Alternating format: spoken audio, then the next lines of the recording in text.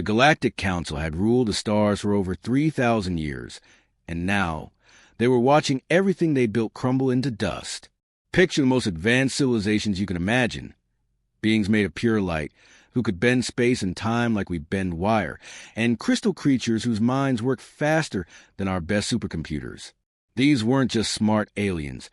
They were gods compared to anything we'd ever seen. For millennia, they'd created paradise among the stars. Worlds where disease didn't exist, where energy flowed freely, where every being lived in harmony. Their cities floated in space like jewels, powered by captured starlight. Their ships moved faster than light itself, carrying knowledge and peace to every corner of their domain. They thought they'd solved every problem the universe could throw at them. Then something changed everything. The Devourers appeared without warning at the edge of Lamari space. Massive, silent machines that looked like they'd been carved from the darkness between stars. Nobody saw them coming. One day the border systems were sending their usual reports, and the next day there was nothing but empty space where entire solar systems used to be. These weren't ordinary invaders. The Devourers didn't conquer planets. They ate them, literally consumed every atom of matter, from the smallest asteroid to the biggest gas giant. Even the stars themselves weren't safe. The machines would surround the sun and drain it dry, converting all that nuclear fire into raw materials for building more themselves. The Council threw everything they had at this threat. Their energy weapons could vaporize moons in seconds, but the Devourers' hulls absorbed the blast like sponges soaking up water. Their shields could deflect exploding stars, but somehow these machines punched through them like they were made of soap bubbles. Every time the Council tried a new strategy, the Devourers learned from it, adapted to it, and came back stronger. Within months, the outer colonies went silent. Within a year, core worlds that had stood for thousands of years were nothing but empty space. The refugees came in waves, billions of beings fleeing in whatever ships they could find, carrying nothing but stories of horror and loss. Ambassador Kellen stood on the observation deck of the Council's last major stronghold, a massive space station orbiting their capital world. His body flickered like candlelight as he watched the endless stream of refugee vessels passing by. Each ship carried survivors with the same haunted look, beings who'd seen their entire civilizations consumed by machines that felt nothing, wanted nothing except to convert all life into more machines. The Council's greatest minds had run out of options. Their quantum computers predicted total extinction within months. Their military advisors spoke in whispers about final stands and last desperate gambits. The Devourers were learning faster than the Council could adapt, and soon even their final strongholds would fall. That's when Kellen made a decision that would change everything. If their advanced technology couldn't stop these machines, maybe they needed to try something completely different. He authorized a desperate gamble, a distress signal broadcast to every inhabited world their long-range sensors had ever detected. Most of these worlds were primitive by Council standards. Some had barely invented radio. Others were still fighting with chemical explosives and metal projectiles. The Council had always planned to contact these civilizations eventually, when they were more advanced, more civilized, more ready to join their peaceful federation. But now they had no choice. The signal reached hundreds of worlds across the galaxy. Most didn't have the technology to respond. Others were too far away to help. But one small blue planet on the outer rim of the galaxy received the message and understood what it meant. Earth had been in the Council's database for decades, marked as primitive and potentially dangerous. The humans were barely past their first steps into space, still using crude rocket technology. Their worlds were divided into competing nations that regularly fought wars using kinetic weapons and chemical explosives. By Council standards, they were barbarians. But they were the only ones left to ask. The response from Earth came faster than anyone expected. Not a message of hope or promises of heroic rescue. Just a simple transmission. "We're coming. Clear us a landing zone." What arrived 3 days later was nothing like what the Council had prayed for. They'd hoped for champions, for heroes who would save their civilization with noble sacrifice and brilliant tactics. Instead, they got something far more dangerous. They got humans who had learned to fight by fighting each other. The ships that came from Earth didn't look like anything the Council had ever seen before, where their vessels were smooth and elegant, flowing like liquid metal through space. These human craft looked like they'd been beaten with hammers and held together with pure stubbornness. Their hulls were black from countless battles, scarred with marks that told stories of desperate fights and narrow escapes. As the dropships broke through the atmosphere, their engines roared with sound that made the very air tremble. These weren't the whisper-quiet energy drives of Council technology. These were fusion rockets that announced their arrival like thunder, trailing fire and radiation in their wake. The ships landed hard on the pristine platform, their landing gears scraping against marble that had been polished to perfection for 3,000 years. The first human to step out was nothing like what the Council expected. Commander Jake Morrison looked like he'd been through every war Earth had ever fought. His face was a map of old scars, and his left arm moved with the mechanical precision of military-grade cybernetics. You could see the cables and power conduits running under synthetic skin that didn't quite match his natural flesh tone. Behind him came his team, and each one looked like they'd traded pieces of themselves for the tools of war. Tommy had lost half his face in some battle the Council couldn't imagine, replaced now with targeting systems and sensors that glowed with red light. When he turned his head, servos whined and mechanical parts clicked into place. Lisa walked on legs made of titanium and carbon fiber, her original limbs lost to whatever conflicts these humans had survived. And Big Mike carried what looked like a portable nuclear reactor welded to the frame of an industrial mining tool. These weren't soldiers in the way the Council understood the word. Council military forces were clean, precise, disciplined. They fought with honor and followed ancient codes of warfare that had been refined over millennia. These humans looked like they'd learned to fight in the gutters and back alleys of 100 dead worlds. Ambassador Kellen approached carefully, his energy form flickering with uncertainty. The refugee camps were full of stories about the legendary heroes of ancient times, noble warriors who would arrive in moments of greatest need to save civilization itself. That's what he'd been hoping for when he sent the distress signal. "Greetings, warriors of Earth," Kellen said, his voice carrying the formal tones of diplomatic protocol. "We were hoping for champions, heroes to save our civilization from destruction." Jake looked around the orbital platform with eyes that had seen too much. Everything here was perfect. The architecture flowed like frozen music.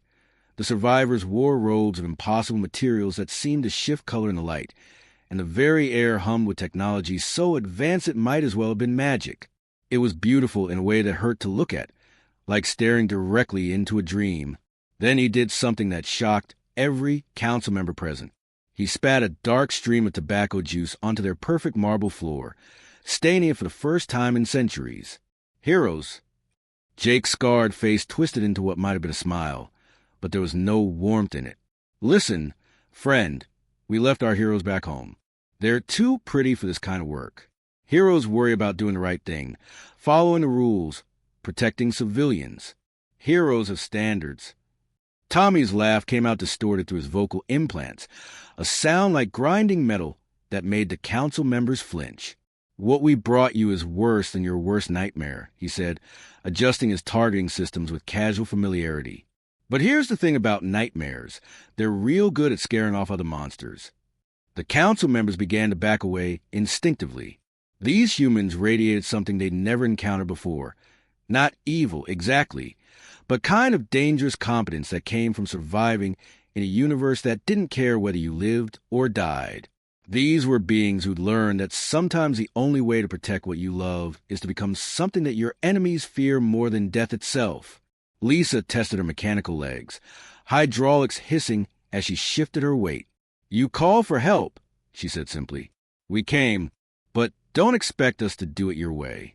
We've seen what your way gets you extinct." Big Mike said nothing, but his weapon hummed with barely contained energy. Whatever power source drove that improvised cannon, it was putting out more raw force than some council warships. Jake surveyed their defensive positions with the practiced eye of someone who'd fought in wars that had no names, only body counts. The council had set up their barriers according to military doctrine that was thousands of years old, elegant, symmetrical, designed to channel enemy forces into predetermined killing zones. It was textbook warfare, the kind of thing that worked perfectly when both sides followed the same rules. But Jake had learned long ago that the only rule that mattered was winning. "All right, people," he said, already planning modifications that would turn this pretty defensive line into something that could actually stop the Devourers. Time to show these folks what the bottom of the food chain looks like when it climbs to the top. The Council had prayed for heroes. Instead, they'd gotten humanity's monsters. And perhaps, for the first time in this war, that might actually be enough. When the sun rose over the Council's last stronghold, it brought death with it. The first Devourer probe materialized out of empty space like a nightmare made real, a twisted piece of geometry that seemed to fold in on itself, its surface reflecting light in ways that made your eyes water just looking at it. The thing was the size of a small building, covered in sensors and weapons that hummed with alien intelligence. The Council's defense forces immediately sprang into action, just like they'd been trained for thousands of years. Energy shields flickered to life in perfect geometric patterns, creating overlapping fields of protection. Targeting computers locked onto probe with mathematical precision, calculating optimal firing solutions and defensive positions. Everything was orderly, civilized, following protocols that had been refined over millennia of peaceful expansion. The humans had spent the entire night doing something completely different. While the Council forces prepared for an elegant battle between advanced civilizations, Jake's team had been crawling through maintenance shafts and storage areas like scavengers. They'd taken apart everything they could get their hands on: Council power cells, mining equipment, even decorative crystals from the command center. Then they'd put it all back together in ways that would make any engineer weep. Tommy had somehow talked a Lamari engineer into helping him mount an industrial mining laser on his shoulder. The thing was never meant to be a weapon. It was designed for cutting through asteroids in deep space. But Tommy had rigged it with targeting systems from his cybernetic implants and a power feed that drew directly from the station's main reactor. Lisa had taken a different approach. She'd stripped the magnetic accelerators from 3 different cargo loaders and welded them together into something that could launch metal projectiles at nearly light speed. The whole contraption looked like it had been assembled by someone who'd learned engineering from explosion manuals. Big Mike had found the station's emergency power cores and done things to them that the manufacturers definitely hadn't intended. His weapon now put out more raw energy than some Council warships, powered by fusion reactions that should have been impossible to contain in something you could carry. When the Devourer probe began its scanning routine, it expected to encounter logical defensive patterns. The machine intelligence had fought the Council for months now, learning their tactics, adapting to their strategies. It knew exactly how advanced civilizations behaved in combat. What it got instead was complete chaos. The humans opened fire with weapons that violated several laws of physics, and probably a few laws of common sense. Crude metal projectiles wrapped in electromagnetic fields tore through the probe's initial shields. Chemical explosives that had been enhanced with stolen Council technology detonated in patterns that made no tactical sense whatsoever. Tommy's mining laser carved glowing letters across the probe's hull, words in ancient Earth languages that roughly translated to suggestions about what the machine could do with its adaptive algorithms. The laser wasn't designed for precision work like this, but Tommy's targeting implants compensated for every shake and vibration, turning profanity into an art form. The probe's quantum processors began working overtime, trying to analyze these impossible tactics. Every time it adapted to one human weapon, another one would hit it from a completely unexpected angle. The machine intelligence had been built to counter logical strategies, but the humans weren't following any strategy at all. They were just causing as much chaos as possible. That's when Lisa did something that shocked everyone watching. She grabbed one of the Council's portable power cells, the kind used to run emergency life support for entire city blocks, and strapped it to her chest like a backpack. Then she started running straight toward the probe. Her titanium legs carried her across the battlefield faster than any organic being could move, hydraulics hissing as she dodged energy beams and debris. The probe's weapons tracked her movement, trying to calculate intercept vectors, but her path made no sense. She wasn't trying to find cover or reach a tactical position. She was just running straight at the most dangerous thing on the battlefield. "Lisa, no!" Jake shouted over the chaos, but she was already too far gone to hear him. The probe's adaptive shields had been calibrating themselves to handle external threats, energy weapons, kinetic projectiles, even exotic particle beams. They were designed to stop anything an advanced civilization could throw at them. What they weren't prepared for was someone to get inside their defensive perimeter and detonate a fusion power cell at point-blank range. The explosion lit up the dawn sky like a miniature sun. It wasn't large by galactic standards, nothing compared to the weapons that had cracked moons in the early days of the war. But it was perfectly placed, perfectly timed, and absolutely insane. The probe shields collapsed inward, its adaptive armor twisted into impossible shapes, and its quantum processors finally encountered something they couldn't compute: the tactical value of pure, suicidal determination. Ambassador Kellen's energy form flickered with shock and something that might have been horror. She gave her life. For strangers she'd just met. Jake was already on his radio, calling back to the human ships. Sacrificed? That's just Tuesday for U.S., buddy. Lisa's got a backup copy in the ship's medical bay. She'll be walking around in a new body within the hour, probably complaining that she missed a good part. The council members stared at him in disbelief. These humans had technology that could bring back the dead, and they used it so casually that losing your entire body was just considered a minor inconvenience.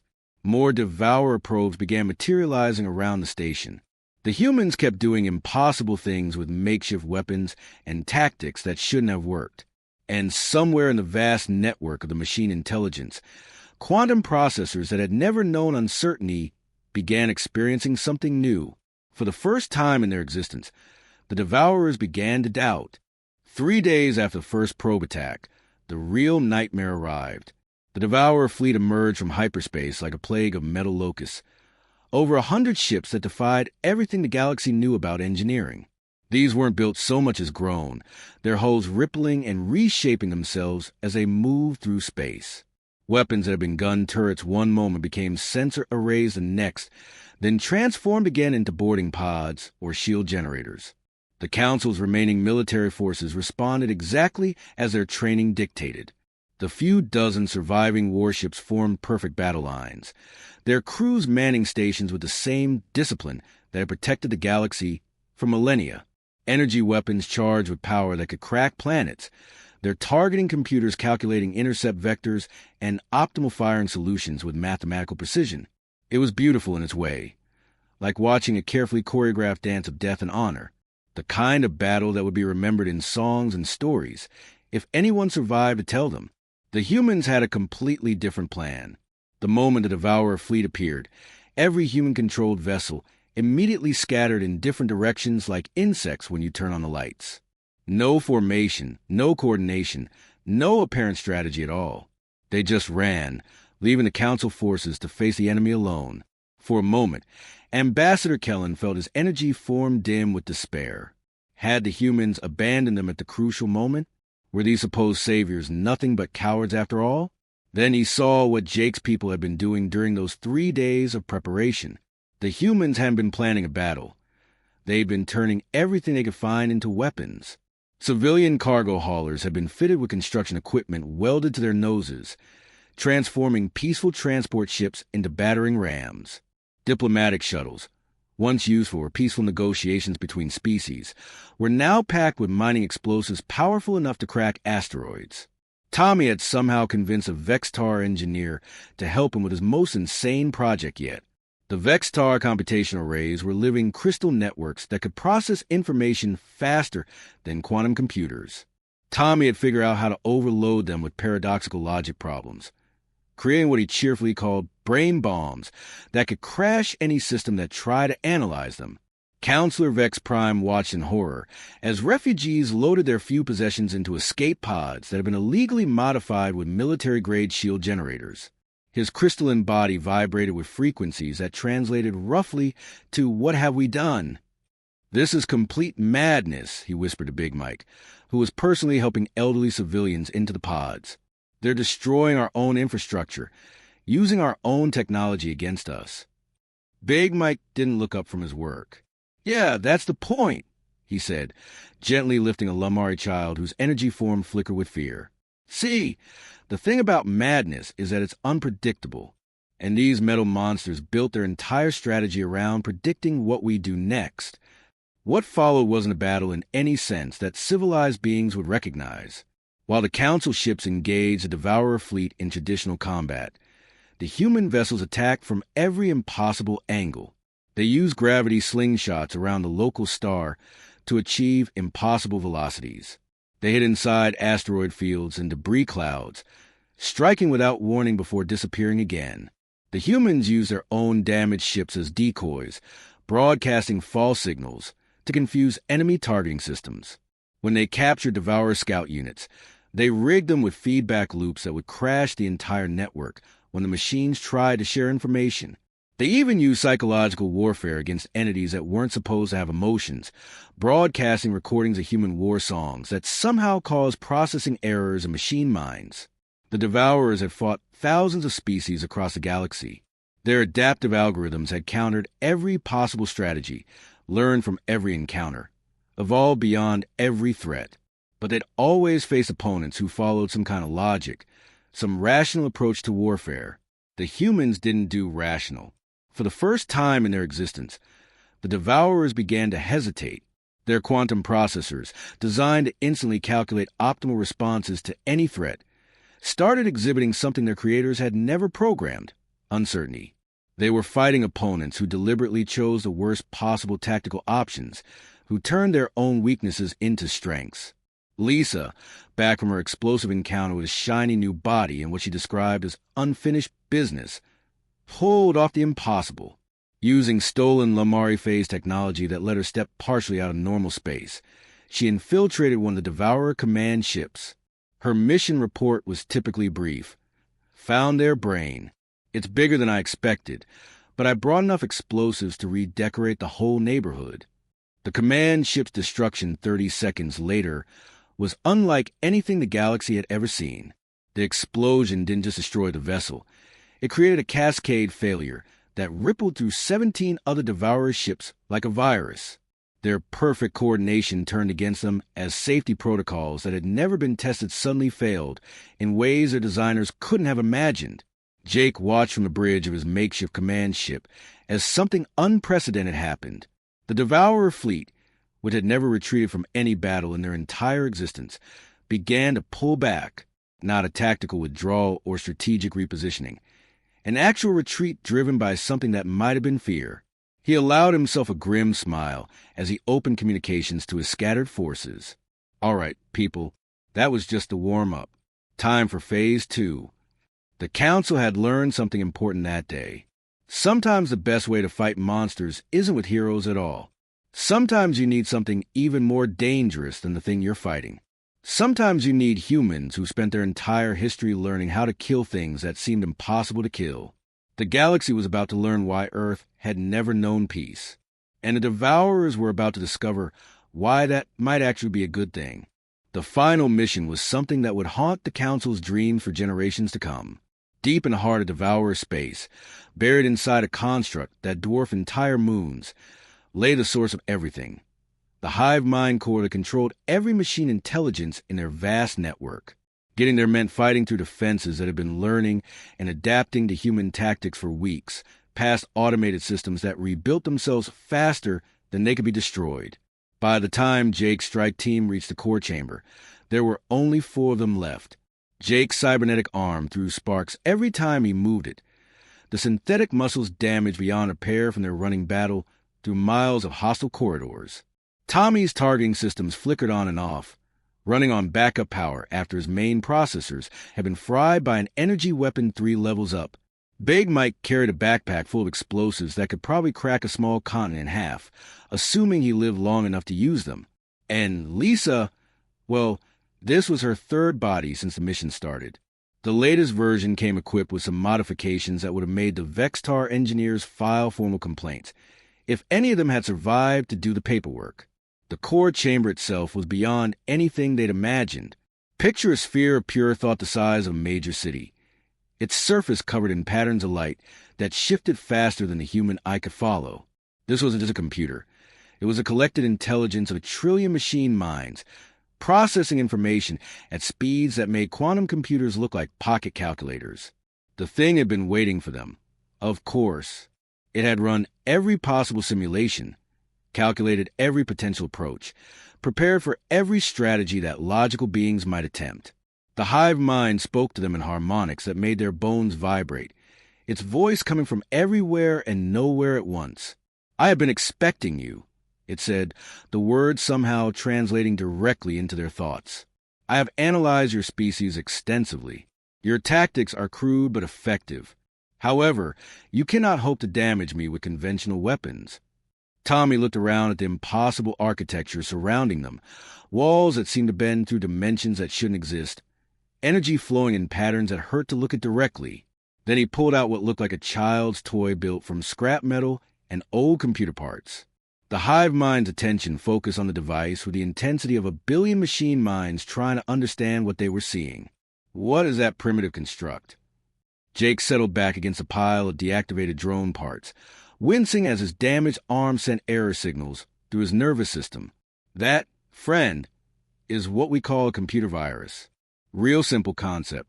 Actually, see, back on Earth, we've been dealing with smart machines trying to take over for longer than you might think. And we learned something pretty important along the way." He paused to take a sip from a water bottle that had somehow survived the entire battle.